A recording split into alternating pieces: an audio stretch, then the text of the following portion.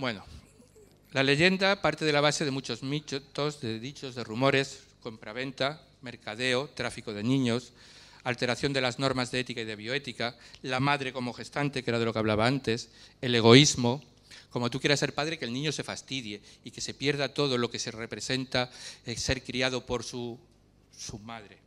El dinero y sobre todo un clásico. Os lo han dicho a todos, nos lo han dicho a todos y nos lo van a seguir diciendo. ¿Por qué no adoptas? Si no os lo han dicho, os lo dirán. No tengáis la menor duda de que antes o después os lo van a decir. Bueno, la respuesta directa, ¿has adoptado tú? Porque la mayoría de la gente no se plantea la adopción, se plantean tener hijos por vía natural y si no, vamos a reproducción asistida. ¿Por qué yo, si necesito gestación subrogada, me tengo que plantear la adopción? Tengo el mismo derecho a adoptar y tú tienes la misma obligación a adoptar que yo. Punto 1. Y punto 2, ¿qué hacemos? ¿Cerramos la unidad de reproducción? ¿Todo el mundo que tenga problemas para tener hijos por vía natural tiene que ser derivado de adopción? ¿O empezamos a crear categorías? Tu técnica de reproducción, como sí me gusta, tú sí puedes. Ah, no, la tuya no me gusta, tú adoptar. Bien.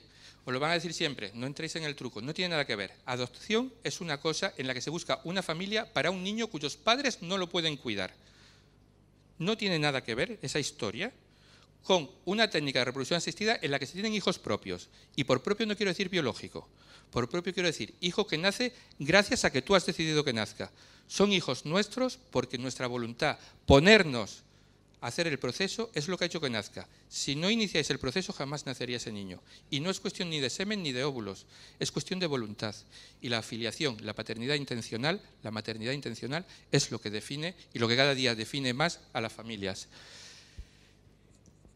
¿Viola los principios de ética? Pues no, los grandes principios, los tenéis ahí, no voy a enrollarme mucho con eso, no los viola la técnica de reproducción asistida. Pero sí lo puede violar el modo en que se haga. Ponme la siguiente. Es decir, el mal uso, el abuso, la violación de los derechos de la gestante, de los padres o de los niños, sí. Eso sí puede infringir los derechos de la ética. Y eso es lo que hay que evitar. ¿Y cómo se evita? Con la regulación. Con una ley clara y transparente, donde estén claros los derechos de todos, empezando por el niño, siguiendo por la gestante, que tiene todos los derechos y que tiene que tener todos los respetos, y siguiendo por los padres, que no pueden ser simplemente elementos pasivos. O sea, hace unos años me contaba un conocido que le habían dicho en su agencia que como eran gemelos, lo mismo los niños se adelantaban, pero que si se adelantaban mucho, no hacía falta que fuese, porque como iban a estar ingresados, ya cuando estuviesen más grandes, no, son sus hijos. Desde antes de nacer son sus hijos y lo tiene que tener claro y los tiene que asumir. Y si los niños se adelantan, el piel con piel, el cuidado de esos niños no es de la gestante, ni por supuesto es de la nurse, de la enfermera de neonatos, es de los padres. Entonces, ese tipo de cosas, de regulaciones, son claras. Y si alguien en algún sitio os habla de otro tipo de cosas, no os fiéis. La regulación es básica para que se respete el principio de ética. Y si no somos capaces de respetar el principio de ética, tal vez no debamos ser padres. Más mitos. ¿Cómo se controla que no se encarguen niños para adopciones dudosas?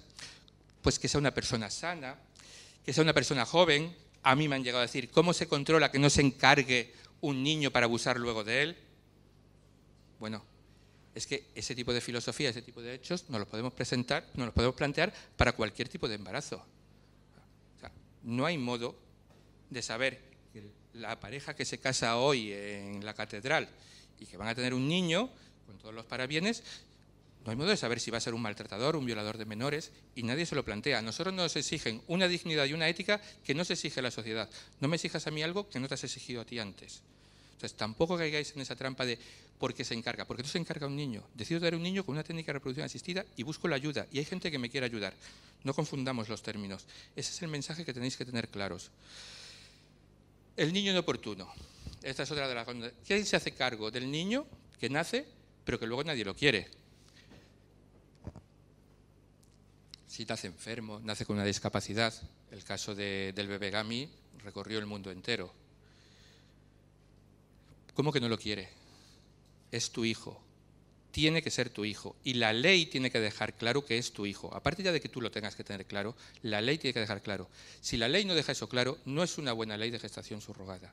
no lo es. Somos padres desde antes aún de la concepción, porque esos embriones han llegado ahí porque nos hemos puesto a ellos. Y si el niño nace con síndrome de Down, tú eres el padre. Podrás donarlo en adopción. Hace un mes en mi hospital una mujer tuvo una niña con un síndrome de Down, no la quiso y la dio en adopción. Pero lo da en adopción la madre. Y esto sería igual.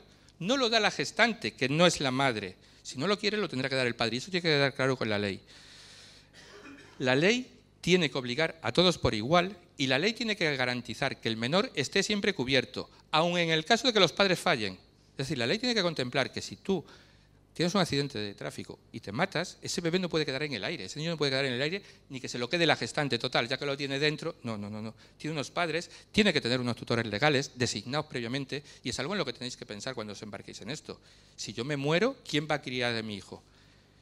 Ese momento en que piensas eso es cuando de verdad se entiende uno que es el padre, que es la madre y que ese es mi hijo, nazca como nazca, en las circunstancias en que nazca, en las semanas en que nazca. Y eso hay que tenerlo bastante clarito. La ley tiene que obligar a todos, tiene que tener los derechos del menor como prioridad, tiene que tener a sus padres siempre y en caso de que ellos fallen, tienen que tener un tutor. Y todo esto tiene que ser desde antes del nacimiento. La otra gran piedra de debate son los derechos de la mujer gestante. ¿Puede haber explotación femenina? Efectivamente sí. Si la regulación es mala, efectivamente sí. ¿Existe tráfico de órganos? Sí. ¿Existe compraventa de riñones? Sí. En España no, porque tenemos una buena ley de trasplante. Bien, pues esto tiene que ser exactamente igual. Lo que hay que buscar es que la mujer, que la donante, sea donante de verdad y no sea mujer explotable. ¿Cómo se consigue con eso? Pues manteniendo unos criterios mínimos. Una mujer adulta, madre de familia, es muy difícil saber que puedes donar tu capacidad gestacional si nunca has gestado. Si nunca has estado embarazada, ¿cómo sabes lo que vas a sentir en un embarazo y lo que vas a poder hacer o no después? Que económicamente tenga una situación estable, para evitar la explotación, eso es importante. Es cierto que hay gente que puede ser que económicamente no tenga una situación estable y que quisiese donar su capacidad de gestación y que al poner este requisito estaríamos rechazando a ese tipo de gente. Pero es un requisito que hoy por hoy es importante. Y prácticamente todas tienen motivaciones personales. En el caso de la mujer que gestó mi hijo, pues su padre era director de un orfanato, murió muy joven, pero ella recordaba cuando vivía en el orfanato la alegría de los niños cuando iban a recogerlos y la alegría de los padres cuando tenían al hijo. Ella siempre pensó que le gustaría dar esa alegría, pero también tenía claro que jamás iba a dar a un hijo suyo en adopción. Pero un día descubrió que sí podía ser gestante y fue por suerte para nosotros, fue nuestra gestante. ¿Vale? Son motivos personales y cada detrás hay... La historia es mucho más larga, pero si me pongo a contarla toda se nos va el sol, pero sí tienen sus propios motivos. ¿Qué ocurre si no se respeta esos principios y esas motivaciones? Pues que no se está respetando el principio de autonomía femenina. A eso es lo que yo le llamo el síndrome de Victoria Kent. Victoria Kent, cuando se iba a votar el derecho en las Cortes, cuando se iba a votar si la mujer iba a tener derecho o no en España a votar, Victoria Kent, aunque era socialista y era una feminista muy motivada, votó en contra. Sus razones, que la mujer española no tenía la cultura suficiente como para usar el voto adecuado. Sotobosque se decía que como era muy beata, pues iba a hacer lo que le dijeran los curas. Efecto práctico, no tenía la cultura y prefería negarle el derecho a decidir antes que dárselo y que lo usara mal. A mí ese concepto me parece una aberración. La mujer siempre tiene que tener derecho a decidir. ¿Que se puede equivocar? Sí, y yo también. El principio de autonomía implica que me puedo equivocar. Lo que no se puede negar es el derecho a decidir. Y con la idea de la explotación, de que la mujer está marginada, tal, con esa idea, negarle el derecho a decidir si quiero o no ser gestante, negarle el derecho a decidir si gesta o no gesta, para quién, por qué, cómo y cuándo, es negar un principio básico de la ética femenina. Siga. ¿Qué más derechos os plantearán que se pueden violar? Pues la mayoría son absurdos. Son absurdos si se hacen las cosas bien. ¿Se puede obligar a la gestante a abortar? ¿Se puede obligar a la gestante a hacerse pruebas peligrosas para la salud? ¿Se le puede obligar a no mantener relaciones sexuales o a hacer un ejercicio? ¿Se le puede? No. La gestante tiene que tener su autonomía durante todo el embarazo. Pero esto es absurdo que se plantee, porque antes del embarazo nosotros debemos de haber conocido a nuestra gestante y debemos de haber hablado con ella y debemos de haber hecho ese emparejamiento que es básico. No me voy a plantear si voy a abortar o no, o si puedo abortar o no, porque eso ya lo he hablado yo antes. El caso del bebé Gami que decíamos antes, ella no quería abortar, los padres sí querían que se abortara a la criatura que tenía síndrome de Down, pero ella no. Si antes se hubiesen conocido, si hubiesen hablado, si hubiesen hecho el emparejamiento adecuado, no se hubiera planteado esa situación. Es decir, todos estos planteamientos de se puede, no. Estas son cosas que se hablan entre los padres y la gestante. Y habrá mujeres que no podrá ser mi gestante, porque a lo mejor decide que en caso de que le ocurra pi, va a decidir abortar. Y yo a lo mejor no quiero abortar nunca, o al revés. Yo tengo muy claro que quiero abortar en caso de que venga un síndrome de Down, y ella decide que no. Entonces, ese tipo de emparejamientos tienen que ser básicos. Hay que conocer a nuestras gestantes, hay que hablar con ellas. Y si alguien os impide el acceso a la gestante, si alguien limita el acceso, si alguien controla el acceso a la gestante, no está trabajando con gestación subrogada y os están engañando. Es básico.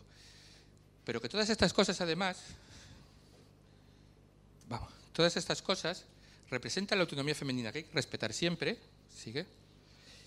Pero también no hay que olvidar que toda gestación requiere unos cuidados estándar. Alcohol, pues no. Tabaco, hoy en día el consumo de tabaco durante el embarazo se define como maltrato infantil prenatal. Entonces, no se trata de si se le puede obligar o no, es que el embarazo hay que controlarlo como hay que controlarlo.